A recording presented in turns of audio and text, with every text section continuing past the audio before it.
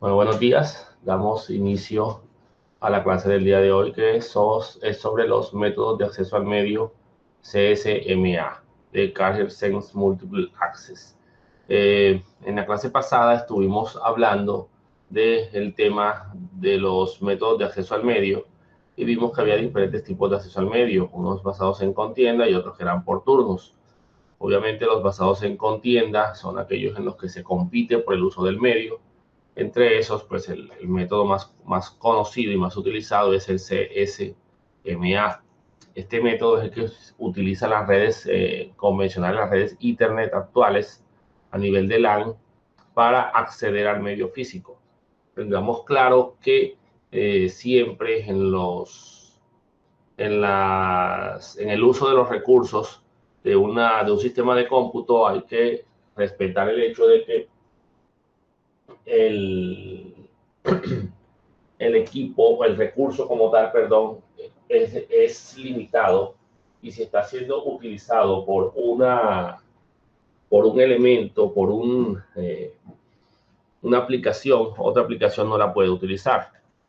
Lo mismo sucede con los medios físicos. Los medios físicos transportan las señales, ya sea eléctricas o lumínicas, y por lo tanto, el enviar múltiples señales eléctricas a través del mismo cable, digámoslo así, puede generar malformaciones en la red, que precisamente en este caso acá se conocen con el nombre de colisiones, como vamos a ver más adelante.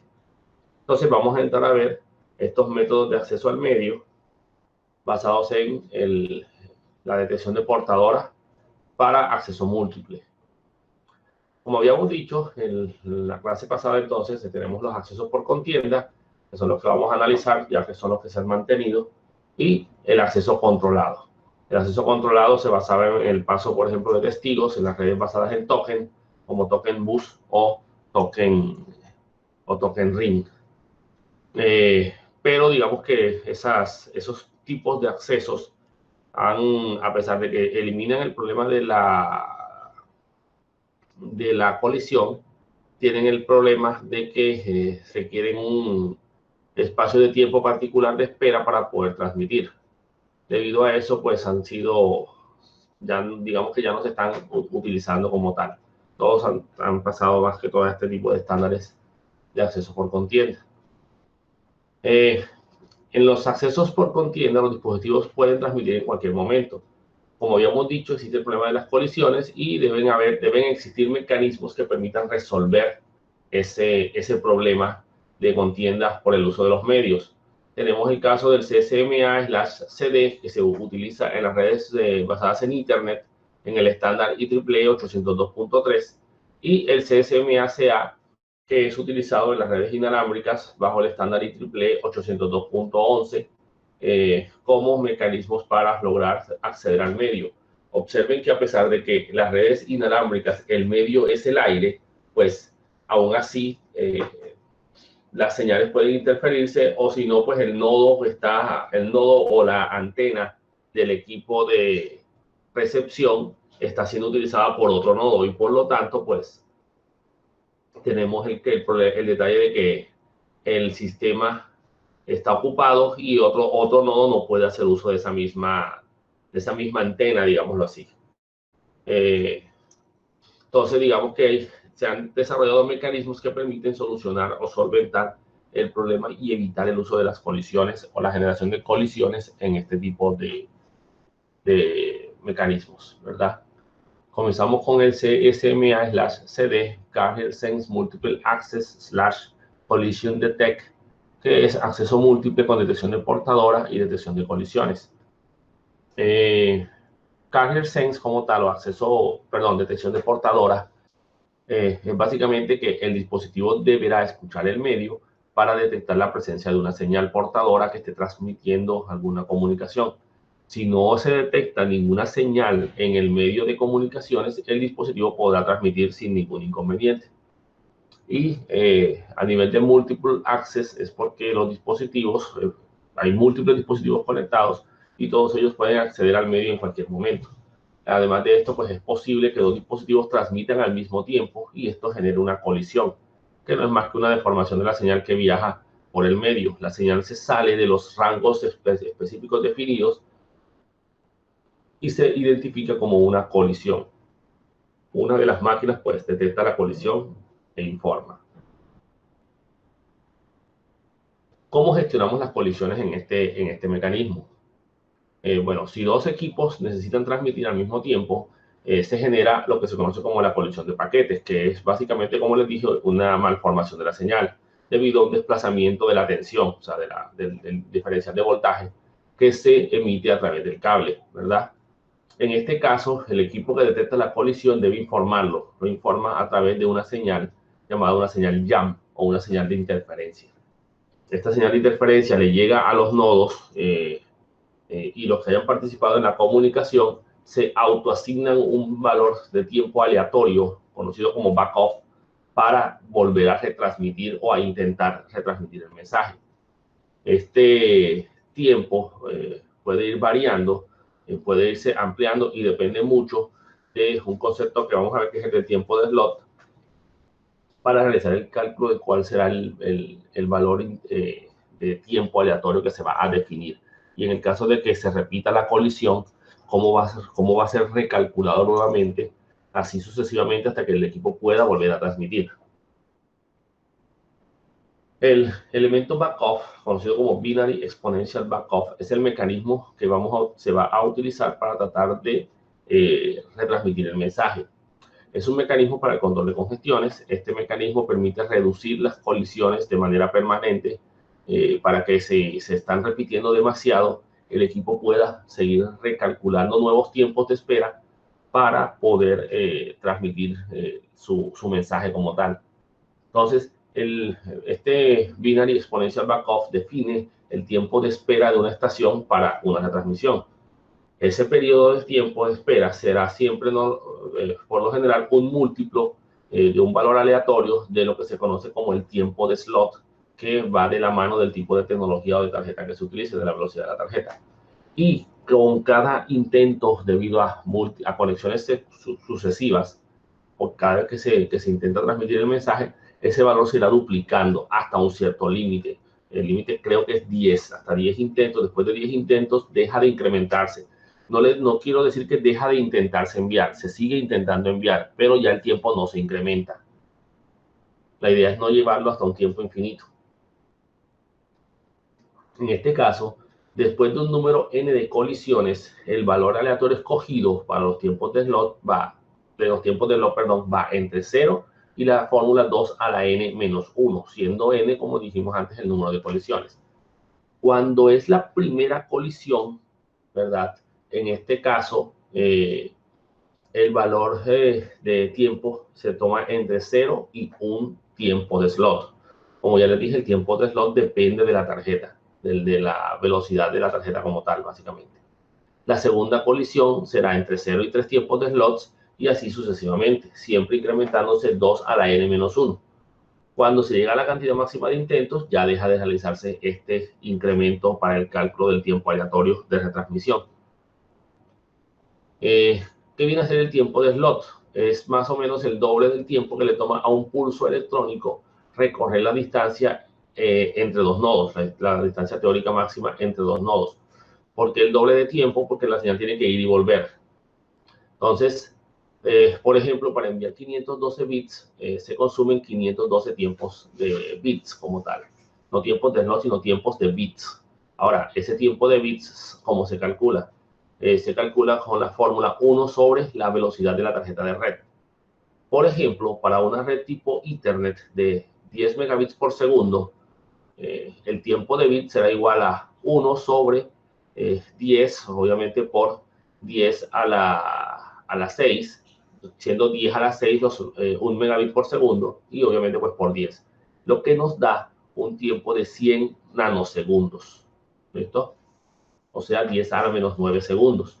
Digamos que ese es el tiempo que le toma un bit. Si tomamos ese tiempo de 100 nanosegundos por los 512 tiempos de bits, serían 51,2 tiempos, 5,12 tiempos, ¿sí? De microsegundos, perdón.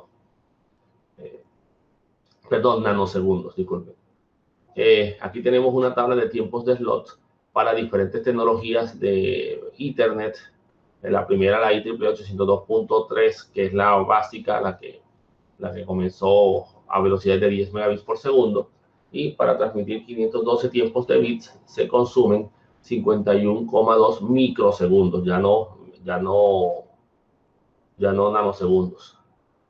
Para transmitir 100 megabits, a 100 megabits por segundo, los mismos 512 bits, que es el tiempo de slot asociado a esa tecnología, se consumen 5,12 microsegundos, y a nivel de gigabit de Ethernet, donde el tiempo de slot son 4096 tiempos de bits, obviamente pues transmitir consume ese tiempo, esa cantidad ese tiempo de slot se asocia a 4,096 microsegundos, que sería el utilizado para ir calculando los valores aleatorios de tiempo de retransmisión. ¿Qué viene a ser entonces un dominio de colisión? Es todo el segmento físico de la red en el cual las estaciones comparten el medio. Si hablamos de las redes anteriores tipo bus, todas las redes se conectaban al mismo medio físico, al mismo cable. Por lo tanto, el dominio de colisión era toda la red completa, o sea, todos los equipos conectados al cable. Cuando estamos haciendo uso de concentradores, los antiguos hubs que ya dejaron de fabricarse, si alguien le llega a decir que él vende hubs, pues no compren, porque esos transmiten a 10 megabits por segundo, que es una velocidad que es extremadamente lenta en la actualidad. Y tienen el problema de que, a pesar de que la topología física es de estrella, la topología lógica es de bus. Y sería lo mismo que tener un cableado coaxial tendido y todos los equipos conectados a él. Por lo tanto, todos los equipos conectados a ese hub, a ese concentrador, pertenecen al mismo dominio de colisión. Si el hub es de 24 puertos, pues tenemos 24 equipos que pertenecen al dominio de colisión, y por lo tanto son 24 equipos que pueden colisionar a la hora de transmitir. Por lo tanto, pues se vuelve inadecuado a la hora de escoger o de utilizarlos para las conexiones en red, sobre todo en la actualidad, donde tenemos altas velocidades y hay una gran cantidad de flujo de datos que está pasando a través de la red. Incluso si tenemos hubs conectados a hubs, el bus se incrementa, de tal manera que se complica más la situación, haciendo que entre más grande sea la red, se ralentiza más la transmisión de los datos dentro de la misma. En cambio, el uso de switches, o en los switches como tal, cada puerto del switch se convierte en un dominio de colisión, debido al uso de los switches que hacen de las mallas de conmutación para establecer comunicaciones punto a punto entre dos máquinas, el puerto de la máquina A contra el puerto de la máquina B. Si por alguna razón en la colisión que se podría dar ahí sería que tanto la máquina A como la máquina B quisieran transmitir al mismo tiempo. Entonces, cuando el dominio de colisión contiene muchas estaciones, aumenta el número de colisiones. Y en el peor de los casos, la velocidad de la red puede alcanzar solamente el 30% de su velocidad real. O sea que si estamos trabajando con hubs y es a 10 megabits por segundo, pues saquemos el 30% a 10 megabits por segundo, y eso será la velocidad real por lo general de transmisión en una red usando hubs. Para disminuir esas colisiones, anteriormente al uso de switches, se hacía uso de puentes o bridges que hacían algo muy parecido a lo que hacen los routers en la actualidad, solo que separaban los dominios de colisión manteniendo la misma red. Básicamente un bridge sería como una especie de, no sería como un switch porque no tenían tantos puertos, sino eran más bien como routers con poquitos puertos, pero cada puerto generaba o segmentaba las colisiones de un bloque de red hacia otro bloque de red. Como les digo, eran bloques físicos, pero en realidad, lógicamente, era la misma red. El bridge ni siquiera se notaba entre los equipos. Lo que hacía el bridge era que conectabas un hub a un puerto del bridge, otro hub a otro puerto del bridge, y con eso segmentabas y disminuías las colisiones hasta la aparición de los switches. Ya con los switches, cada puerto del switch, cada equipo controla sus propias colisiones, digámoslo así. Este sería el diagrama de flujo de un intento de acceso al medio utilizando el algoritmo CSMA/CD. Tenemos aquí el inicio de la comunicación, el equipo quiere transmitir, así que lo que hace es escuchar el medio. verifica el medio a ver si no hay transmisión. Si el medio está libre, no, vuelve a verificar más tarde, así hasta que logre encontrar que el medio está desocupado. Si el medio está libre, el sistema envía los datos. El problema es que otro equipo también haya notado que el medio estaba libre y transmitió en el mismo dominio de colisión. En ese caso, hay una colisión. Si no hay una colisión, se va para acá, finaliza y termina la transmisión, se envía la transmisión. Si hay una colisión, el equipo que la detecte envía una señal jump a la red para verificar si para que los nodos, para que los nodos se den cuenta de que hubo una colisión y que deberán retransmitirse las comunicaciones. En este caso, se verifica si va a hacerse más intentos de transmisión o simplemente no, dejémoslo así, no se pudo hacer, listo, se finaliza. O sí, si se va a hacer más intentos, entonces se activa el Binary Exponential Backup y se recalcula el tiempo para luego volver a iniciar o a volver a intentar la retransmisión, que vuelve, después de que se vence el tiempo, a verificar el medio. ¿Listo? Entonces, digamos que esa es el algoritmo que sigue el intento de acceso al cable en las redes LAN convencionales basadas en Internet, porque digamos que es el estándar más utilizado, pues el único utilizado actualmente en las redes LAN. El otro mecanismo muy popular, claro, no tengan claro que ahora al final vamos a darnos cuenta que no son estos dos los únicos que existen, es el Kernel Sense Multiple Access / Collision Avoidance, que hace referencia a ya no detección, sino tratar de prevenir las colisiones.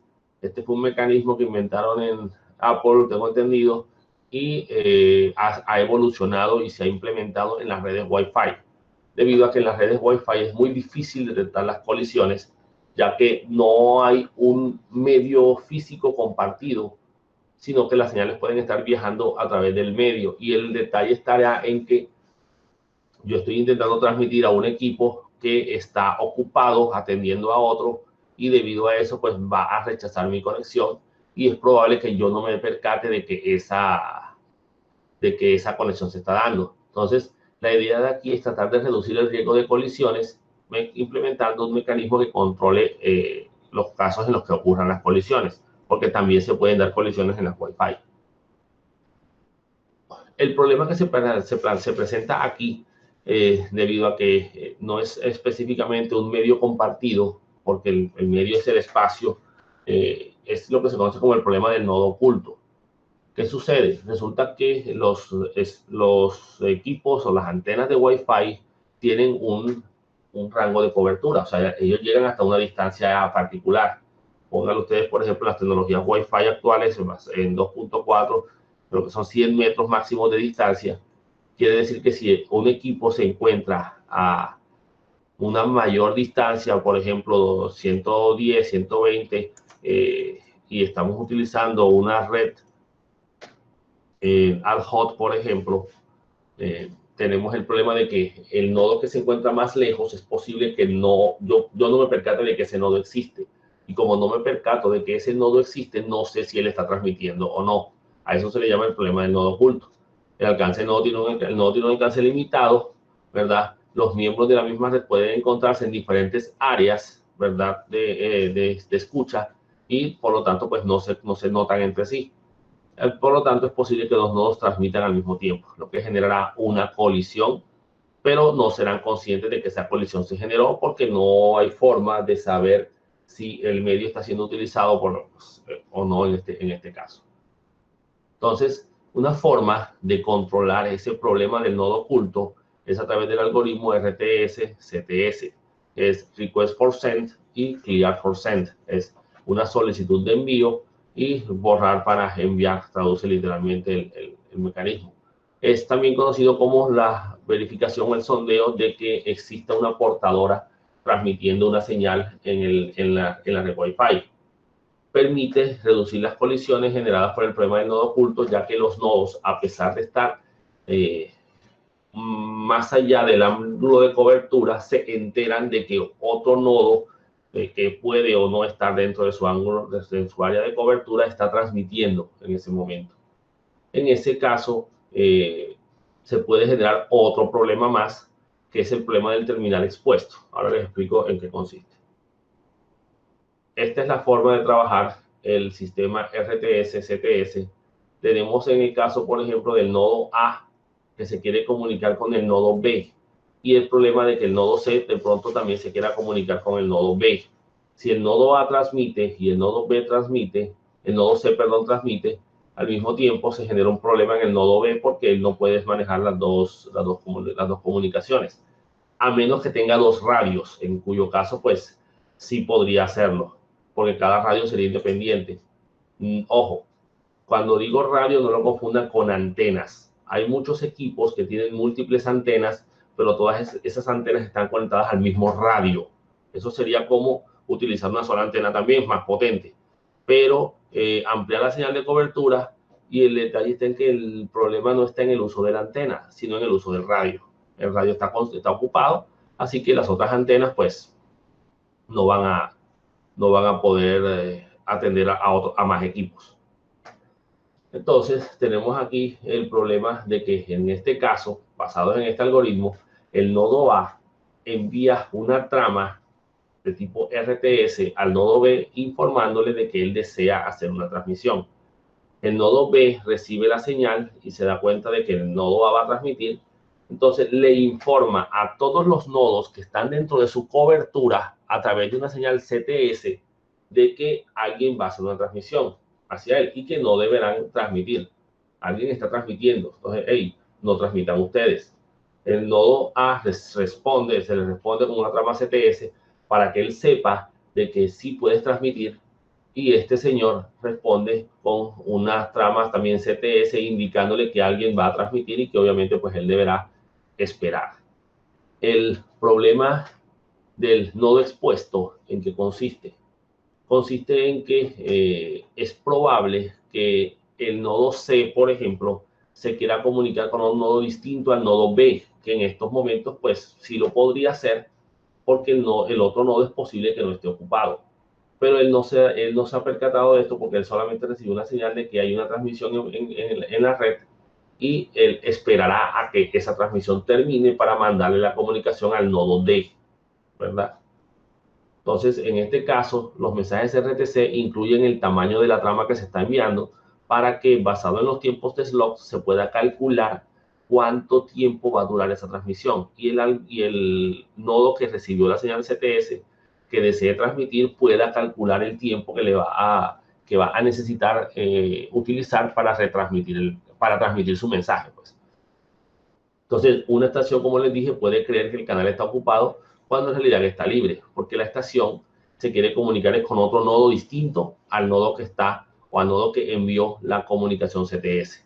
Entonces, ese es el problema que se puede presentar aquí en esta comunicación. Entonces, mecanismos para corregir esos detalles, tenemos la función de coordinación distribuida, DCF. En este caso, este sistema regula los periodos de espera antes de la transmisión si el medio está desocupado, y asigna los time slots aleatorios a tiempos posteriores. Normalmente se logra que los sistemas se coordinen entre sí. Digamos que hasta este momento no estamos hablando de redes que tengan un nodo coordinador central, sino que se coordinan entre ellos como tal. Estos intervalos se conocen como, son básicamente tres. Tenemos el DCF, Internal Frame, que es el tiempo de espera si el medio está desocupado. Entonces, si deseamos transmitir, debemos escuchar el medio, digámoslo así, que no haya una señal CTS no hayamos recibido una señal de ese tipo. Y si el medio está libre, yo voy a esperar un tiempo de IFS para poder hacer la transmisión, ¿verdad? Al momento de transmitir, ningún nodo dentro del alcance va a transmitir. Obviamente, yo tuve que haber enviado una señal informando que voy a transmitir. Esta duración del tiempo puede durar entre 28 y 50 microsegundos. Y se calcula a través de otro intervalo, que es el intervalo SIF, y el doble del tiempo de slot. Este valor de content window o ventana de contienda es un tiempo también aleatorio que se espera para transmitir si el medio está disponible. Digamos que es el valor del que se habla acá en el tiempo diff. El valor normalmente se duplica cuando hay una colisión y se corresponde con el Binary Exponential Backoff que vimos en el CSMA/CD, el tiempo de recálculo para las transmisiones de los mensajes. Y el Short Internal Space, en este caso, pues cada vez que el paquete llega al equipo le llega un mensaje, él debe enviar una notificación. Normalmente cuando se utiliza el algoritmo RTS, CTS, que es opcional, pero se utiliza en las tecnologías IEEE 802.11 lo utilizan. En este caso, el nodo receptor espera un tiempo para mandar la confirmación. Y esa confirmación puede incluir una respuesta de ACK de que la recepción fue correcta o de NACK en caso de que la recepción fue incorrecta y haya que retransmitir. Normalmente este tiempo oscila entre 10 y 16 microsegundos según la tecnología de comunicaciones que se esté utilizando. Y estos mecanismos buscan que los equipos o buscan prevenir las colisiones lo mejor posible. El NAP o vector de asignación de red, que básicamente no es tanto un vector, sino más bien un contador, es el que va recibiendo los mensajes de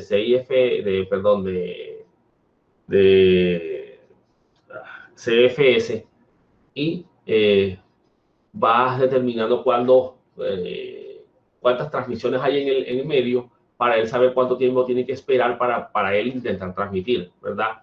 Entonces, este vector va sumarizando los tiempos de los mensajes que están en la cola, digamos así, para las transmisiones, y él va determinando cuánto tiempo deberá esperar para mandar el mensaje. Este valor no puede superar los 33 milisegundos, porque es el tiempo que el nodo tiene para transmitir su mensaje. ¿Sí? No puede pasarse más de esa capacidad, porque automáticamente el mensaje es detenido en ese momento y se tendrá que retransmitir el otro bloque cuando le corresponda en su tiempo, ¿verdad? Y como esto es un acceso múltiple, en algunos casos ese acceso puede ser coordinado. ¿A través de qué? A través de un nodo central. Llámese un AP o un router Wi-Fi, como los que nosotros conocemos. Estas son las redes de pronto a las que ya estamos más acostumbrados. En este caso tenemos un equipo que hace la función de punto de coordinación, que básicamente es el que coordina y controla las estaciones. Todas las estaciones le informan a ese nodo que van a transmitir. Normalmente ese nodo está al alcance de todos los nodos en la red. El problema es cuando tenemos múltiples APs distribuidos en la empresa, y en este caso los APs deberán funcionar con los mecanismos originales del protocolo. Tenemos el HCSA, que amplía la funcionalidad anterior, donde el AP también recibe información del tráfico y maneja lo que son las categorías para identificar qué tan importante es esa transmisión y tratar de priorizarla para que se le dé unos menores tiempos de transmisión para que puedan enviarse más rápidamente. Y el acceso a canal mejorado distribuido, el EDSA, que es ya no utilizando el AP, sino entre los otros nodos entre sí, que se pongan de acuerdo para verificar cuándo activan los tiempos de retransmisión entre ellos, y que las estaciones se coordinen solas sin hacer uso del AP en caso de que el AP, por ejemplo, esté ocupado. Entonces, digamos que si se dan cuenta, no es sencillo transmitir, es más difícil transmitir en señal Wi-Fi que transmitir en un medio cableado. Por eso es que las señales Wi-Fi, pues las velocidades de transmisión son un poco más bajas. Aunque poco a poco se han ido mejorando estas tecnologías. Aquí tenemos otros mecanismos basados en también acceso múltiple con detección de portadora, no persistente, uno persistente, ¿sí? Hay uno de Collision Resolution que se utiliza mucho en redes vehiculares. Entonces, digamos que ya son otros mecanismos ya no tan utilizados como los dos que vimos anteriormente, pero que también han resuelto ciertos problemas para comunicaciones puntuales, digamos que dentro de las tecnologías de acceso al medio. Muy bien.